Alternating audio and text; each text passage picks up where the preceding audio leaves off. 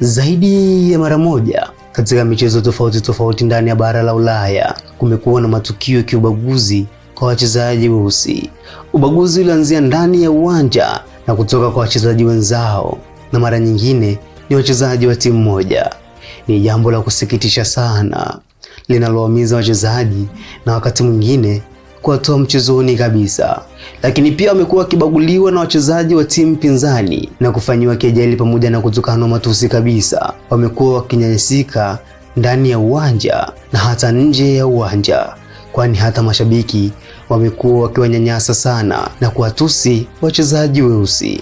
Wakati mwingine wamekuwa wakitupiwa chupa za maji na takataka za kila aina kwa namna watakavyojisikia wao mashabiki, na mbaya zaidi, wakati mwingine wamekuwa wakitupia maganda ya ndizi na kuwafananisha na nyani. Ni jambo la kusikitisha sana, kwani kosa lao liko wapi sasa mpaka kunyanyaswa kiasi hicho?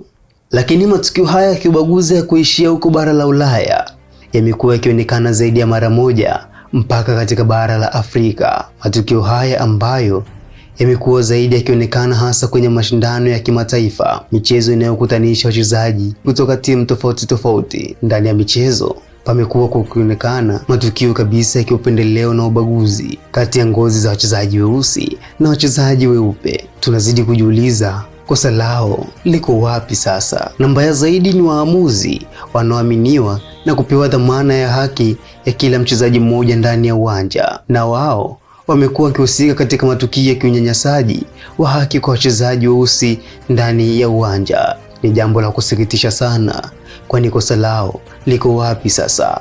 Au mkiwatazama wachezaji weusi mnaonaje sasa? Ni jambo linaloumiza sana wachezaji na hata mashabiki pia, kwani mchezo unabadilika kutoka kuwa sehemu ya burudani na kuwa sehemu ya uadui kutokana na matukio ya kiubaguzi yanayofanyika ndani ya uwanja. Lakini pia hata katika utoaji wa tuzo mbalimbali za wachezaji bora, zaidi ya mara moja wamekuwa wakinyimwa haki zao, na wakati mwingine ni kutokana na kwamba ni wachezaji wenye rangi nyeusi.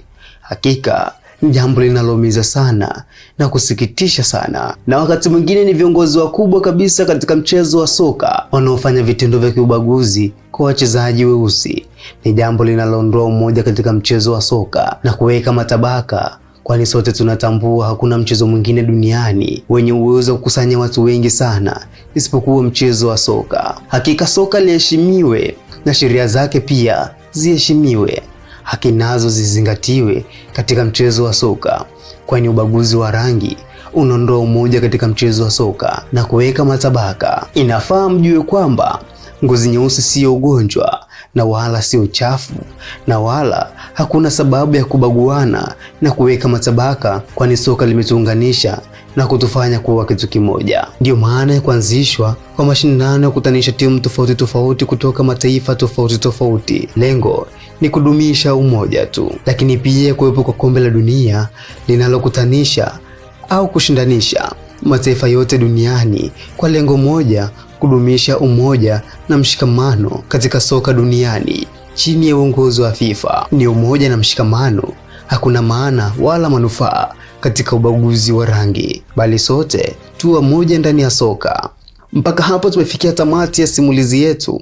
Mwandaaji wa simulizi na msimulaji wako ni mimi Emmanuel Pasco, mwenyeji katika ofisi za FIFA. Usisahau kunifollow katika Instagram yangu ya Emmanuel Pasco, lakini pia usisahau kusubscribe YouTube channel yetu ya Iroyo TV ili uwe kwanza kupata taarifa na masimulizi yanayoruka kupitia Iroyo Television.